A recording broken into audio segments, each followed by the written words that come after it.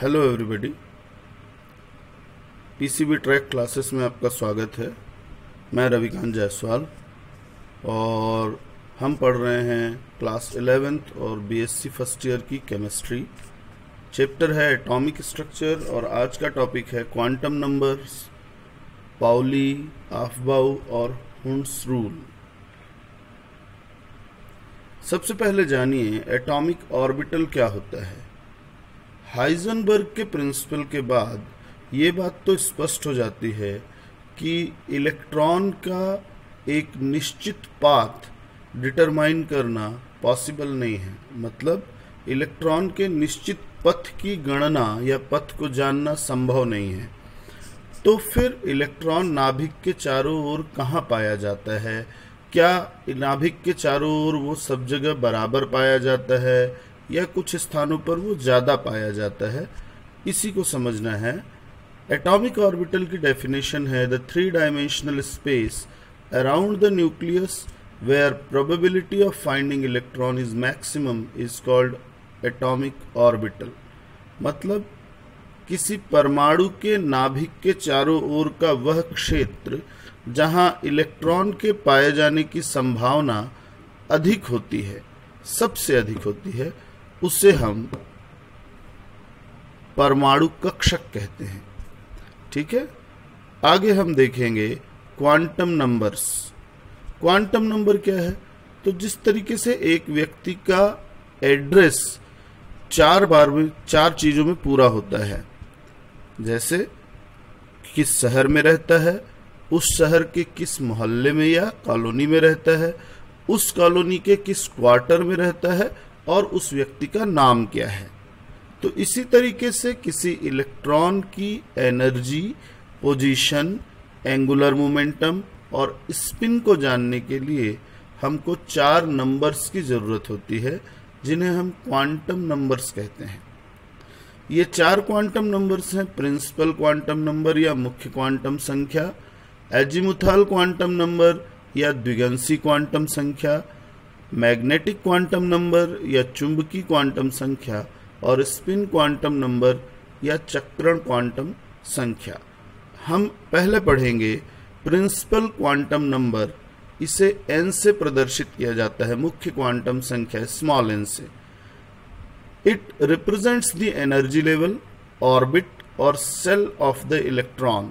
मतलब मुख्य क्वांटम संख्या हमें इलेक्ट्रॉन के मुख्य ऊर्जा स्तर, कक्षा या कोश के बारे में बताती है।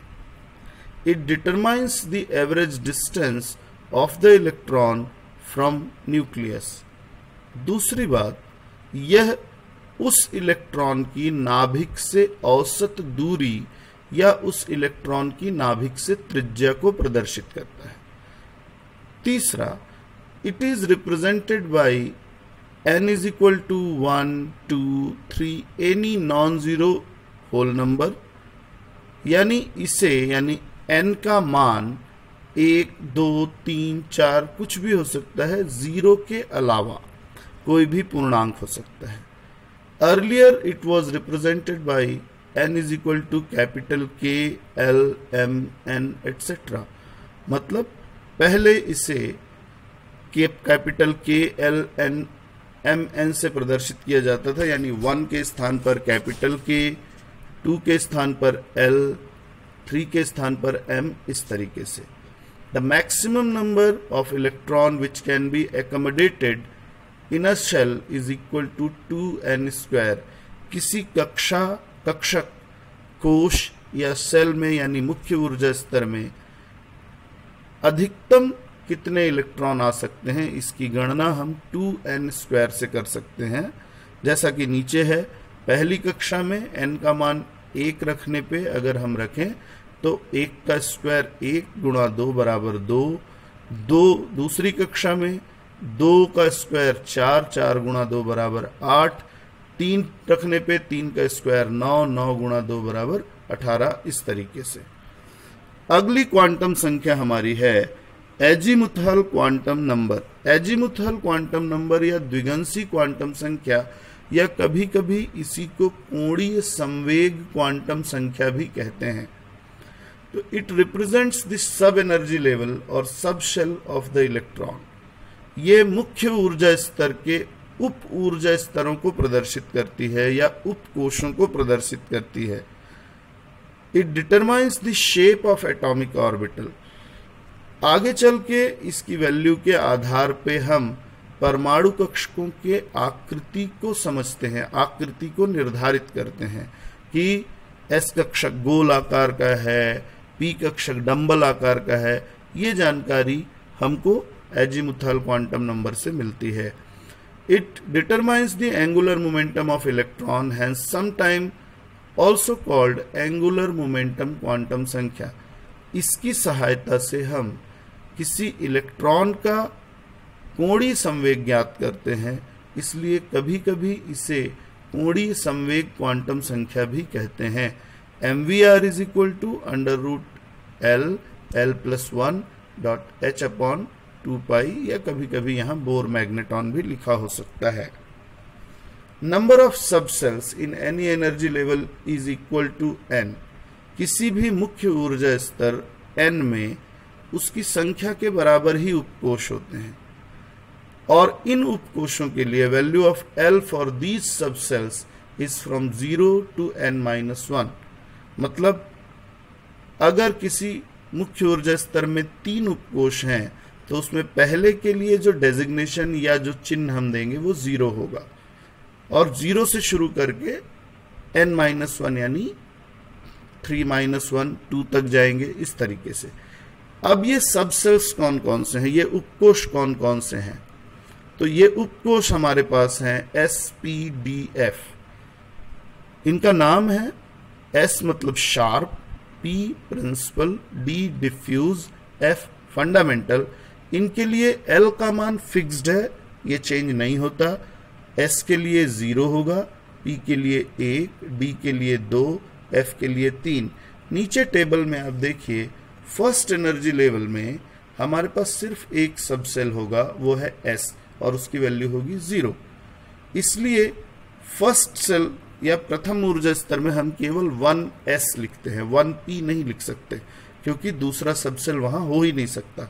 दूसरे में 2 सबसेल्स होंगे, तो वैल्यू अगर हम देखें 2 है तो 0 से शुरू करेंगे, 0 और 1। 0 होता है S का, 1 होता है P का, इसलिए सेकेंड में 2s और 2p होता है, 2d नहीं हो सकता। थर्ड में इसी तरीके से 3s 3p 3d होगा। फोर्थ में 4s 4p 4d और 4f चारों होंगे। ठीक है, अगला हम देखेंगे मैग्नेटिक क्वांटम नंबर या चुंबकीय क्वांटम संख्या स्मॉल m से रिप्रेजेंट करते हैं। It represents the orbital in a subshell. यानी अब हम थोड़ा और अंदर आते हैं। ये क्वांटम संख्या किसी उपकोश में कितने कक्षक हैं उनको प्रदर्शित करती है। It determines the orientation of orbitals in space. दूसरी चीज, ये कक्षकों के अभिविन्यास का निर्धारण करती है कि P का कौन सा डंबल x एक्सिस पे होगा, y एक्सिस पे होगा या z पे होगा। तो इस तरीके से कौन सा ऑर्बिटल, कौन सा कक्षक किस तरीके से व्यवस्थित होगा, इसका निर्धारण मैग्नेटिक क्वांटम नंबर से किया जाता है। It explains the Zeeman effect.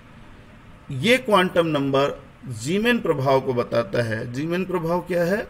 चुंबकीय क्षेत्र में स्पेक्ट्रम की रेखाओं का बढ़ जाना। यहां से स्पष्ट होता है कि कोई भी कक्षा या उपकोश अकेला नहीं होता, वो अनेक कक्षकों में बटा होता है, इसलिए हर कक्षक के लिए हमको एक रेखा प्राप्त होती है।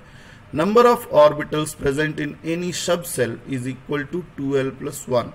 किसी भी उपकोश में कितने कक्षक होंगे इसकी गणना हम 2l+1 से कर सकते हैं, और इन कक्षकों को हम m का मान जब देंगे तो वो -l से +l तक होगा। किसी भी ऑर्बिटल में in orbital an orbital can accumulate maximum 2 electrons. किसी भी कक्षक में हम अधिकतम 2 इलेक्ट्रॉन डाल सकते हैं, 2 से ज्यादा नहीं डाल सकते। Sub cell, S P D F दिया हुआ है, एल की वैल्यू आप देखिए, एस के लिए 0 है। अब 0 को रखिए 2l + 1 में, एल की वैल्यू 0 रखेंगे, 2 × 0 0 + 1 1, यानी नंबर ऑफ ऑर्बिटल यहाँ 1 होगा, वैल्यू होगी 0।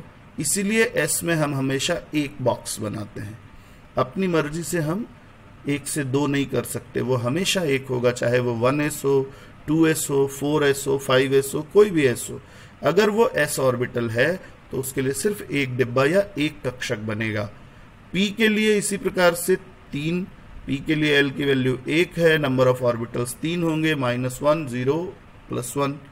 p में हमेशा 3 बॉक्सेस बनाए जाते हैं, 3 डिब्बे बनाते हैं हम, 3 कक्षक होते हैं क्योंकि।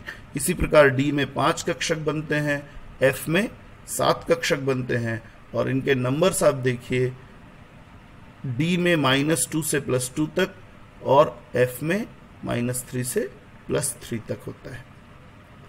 आते हैं स्पिन क्वांटम नंबर s या चक्रण क्वांटम संख्या। ये क्वांटम संख्या मूल रूप से हमें बताती है कि इलेक्ट्रॉन अपने अक्ष पर किस दिशा में घूम रहा है, किस दिशा में चक्रण कर रहा है। It represents the direction off spin of electron on its own axis. अब स्पिन, किसी भी लट्टू को आप घूमते हुए ऊपर से देखें तो वो 2 तरीके से घूम सकता है, या तो क्लॉकवाइज या तो एंटी क्लॉकवाइज। तो according to spin of electron s की वैल्यू प्लस या -1/2 होगी। 1/2 इसलिए क्योंकि किसी एक कक्षक में, एक ऑर्बिटल में 2 इलेक्ट्रॉन होते हैं, तो एक इलेक्ट्रॉन के लिए उस ऑर्बिटल का हाफ दिया जाता है, और वो हाफ किस तरह का स्पिन कर रहा है। अगर प्लस है तो क्लॉकवाइज है, माइनस है तो anti clockwise. If the electron spins in clockwise direction, अगर वो घड़ी की दिशा में घूम रहा है तो उसको हम ऊपर की ओर तीर जो होता है उससे रिप्रेजेंट करेंगे, और उसके लिए s की वैल्यू होगी +1/2। और अगर वो एंटी क्लॉकवाइज या घड़ी की विपरीत दिशा में घूम रहा होता है तो उसे हम एक नीचे की ओर पॉइंटेड तीर से दर्शाते हैं, एरो से शो करते हैं, और उसके लिए वैल्यू होती है -1/2। ये ध्यान रखिए कि किसी भी ऑर्बिटल में अधिकतम जो दो इलेक्ट्रॉन होंगे उसमें से एक हमेशा क्लॉकवाइज स्पिन वाला होगा और दूसरा हमेशा एंटी क्लॉकवाइज। ठीक है, आगे हम देखेंगे क्वांटम नंबर्स के बारे में कुछ इंपॉर्टेंट बातें, some important points regarding quantum numbers. पहला point, maximum number of electron in nth energy level. किसी भी मुख्य ऊर्जा स्तर में अधिकतम कितना इलेक्ट्रॉन होगा, इसके लिए फॉर्मूला है 2n²। किसी भी सब सेल के लिए मैक्सिमम नंबर ऑफ इलेक्ट्रॉन ये होगा 2 × ब्रैकेट में 2l + 1। किसी ऑर्बिटल में कितना इलेक्ट्रॉन होगा, अभी अभी डिस्कस किया, 2। अब हम आते हैं नीचे, किसी number of orbitals in nth energy level. Electron को छोड़ के अगर हम केवल ऑर्बिटल की संख्या निकालना चाहें तो ये 2 को हटा देंगे, केवल n² होगा। अगर हम बात करें कि किसी nth एनर्जी लेवल में m वैल्यू वाले कितने ऑर्बिटल हो सकते हैं, तो वो होगा n-m। जैसे अगर मान लीजिए हमसे पूछा जाए कि 3rd एनर्जी लेवल यानी प्रिंसिपल क्वांटम नंबर 3 में 0 वैल्यू रखने वाले कितने ऑर्बिटल हैं, m की वैल्यू 0 रखने वाले कितने ऑर्बिटल्स हैं, तो n है 3, m है 0, 3 - 0 = 3, 3 ऑर्बिटल्स होंगे। नेक्स्ट है हमारा, value of l is always less than n। l का मान हमेशा n से कम होगा, बराबर भी नहीं होगा, ज्यादा तो हो ही नहीं सकता। Value of m is always less than और इक्वल टू l, जबकि m यानी कि चुंबकीय क्वांटम संख्या का मान l के बराबर या उससे कम होगा, ज्यादा नहीं हो सकता। तो इन वैल्यूज का इस्तेमाल कॉम्पिटिटिव एग्जाम्स में हम आइडेंटिफिकेशन के लिए करते हैं। अब आते हैं पाउलीस एक्सक्लूजन प्रिंसिपल, पाउली का अपवर्जन नियम। अपवर्जन या एक्सक्लूजन का मतलब क्या नहीं हो सकता। ये सिद्धांत कहता है, ये थ्योरी कहती है, no 2 electrons in an atom can have same value for all 4 quantum numbers.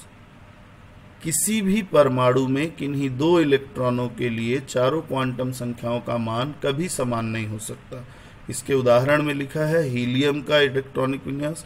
Helium का एटॉमिक नंबर 2 होता है, इलेक्ट्रॉनिक कॉन्फ़िगरेशन 1s2। अगर पहले इलेक्ट्रॉन को देखें तो n = 1 सामने लिखा नंबर है, l s में है इलेक्ट्रॉन इसलिए 0 होगा, m की वैल्यू भी 0 होगी। s पहले इलेक्ट्रॉन के लिए हम हमेशा +1/2 लेते हैं।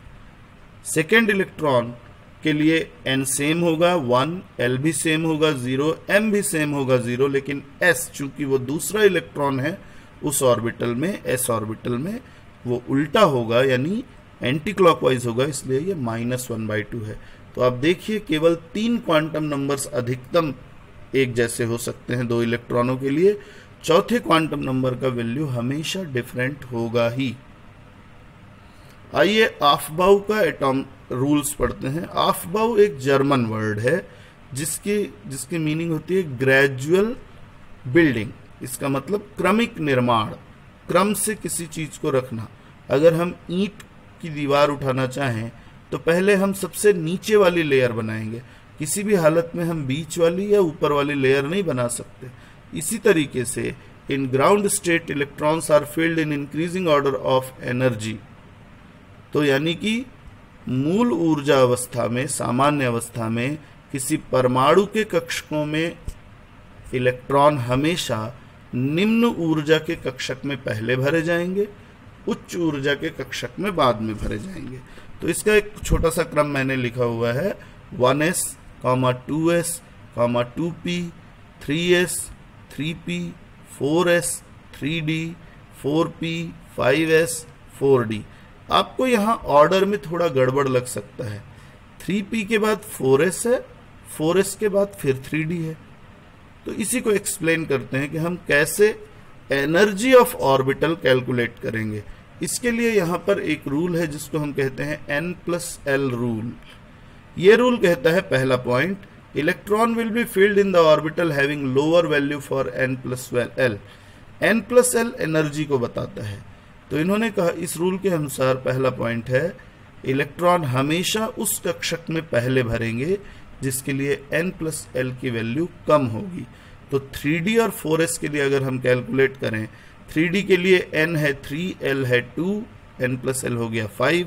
4s के लिए n तो 4 है लेकिन l की जगह s है इसलिए 0 होगा, ये n+l 4 हो गया। तो एनर्जी कैलकुलेट करने पे समझ में आता है कि 4s की एनर्जी 3d से कम है, इसलिए इलेक्ट्रॉन को पहले किस में फिलअप होना चाहिए, 4s में। So the electron will be filled in 4s orbital before 3d। इसी तरीके से दूसरा रूल है, if n+l is equal for 2 subcells, अगर दो उपकोशों के लिए n+l की वैल्यू समान हो तो electron will be filled first in orbital having lower value of n। तो इलेक्ट्रॉन पहले उस सबसेल या उस सबसेल के ऑर्बिटल्स में जाएगा जिसके लिए n की वैल्यू यानी मुख्य ऊर्जा स्तर कम हो। आप 3d को देखिए, 3d के लिए n की वैल्यू 3, l की वैल्यू 2, n+l = 5। 4p के लिए भी n = 4, l = 1, n+l 5 है। जब n+l दोनों के लिए बराबर है तो हम सिर्फ n को चेक करेंगे। n की वैल्यू किसकी कम है, 3d की वैल्यू। 3d के लिए n की वैल्यू 3 है, 4p के लिए n की वैल्यू 4 है। इसका मतलब जब n+l की वैल्यू बराबर हो तो n किसका छोटा है, उसमें इलेक्ट्रॉन पहले जाएंगे। आगे हम देखेंगे Hund's rule of maximum multiplicity, यानी हुंड के अधिकतम बहुलता का नियम। यह नियम कहता है pairing of electrons in orbital of same energy does not take place until each orbital is singly occupied. इसका मतलब यह है कि किसी उपकोश के सभी कक्षकों में या समान ऊर्जा के कक्षकों में इलेक्ट्रॉन का युग्मन या पेयरिंग तब तक नहीं होगी जब तक सभी कक्षकों में एक एक इलेक्ट्रॉन न चले जाएं। जैसे 3p में अगर हम एक इलेक्ट्रॉन भरें तो वो पहले डिब्बे में जाएगा, दूसरा इलेक्ट्रॉन पहले डिब्बे में नहीं जाएगा, दूसरा इलेक्ट्रॉन हमेशा दूसरे में जाएगा, तीसरा तीसरे में जाएगा। जब चौथा इलेक्ट्रॉन आएगा तो चूंकि केवल 3 बॉक्सेस होते हैं तो तीसरा तक भर गया, 1 2 3, फोर्थ फिर पहले में आएगा। इस तरीके से पेयरिंग होगी। यहाँ कुछ बातें और ध्यान रखने की है कि हाफ फिल्ड और full fill orbitals. Half filled का मतलब सभी ऑर्बिटल जितने भी उस सब सेल के हैं, उस उपकोष के सभी कक्षक, उसमें एक एक इलेक्ट्रॉन अगर है तो वो हाफ फिल्ड है, और अगर सभी में 2-2 इलेक्ट्रॉन है तो वो फुल फिल्ड है। ये दो स्टेट ज़्यादा स्टेबल होते हैं क्योंकि इसमें इलेक्ट्रॉन्स सिमेट्रिकली भरे होते हैं, सममित रूप से भरे होते हैं। इसके अलावा बाकी स्टेट्स इनके कंपैरिजन में कम स्टेबल होते हैं। तो एटॉमिक स्ट्रक्चर चैप्टर आपका यहाँ ख़त्म होता है। अगर आपको लगता है कि ये वीडियो उपयोगी है तो अपनी कक्षा के अन्य छात्रों से, स्टूडेंट्स से शेयर कीजिए, लाइक कीजिए और सब्सक्राइब कीजिए। अगली क्लास हम अगले चैप्टर की लेंगे।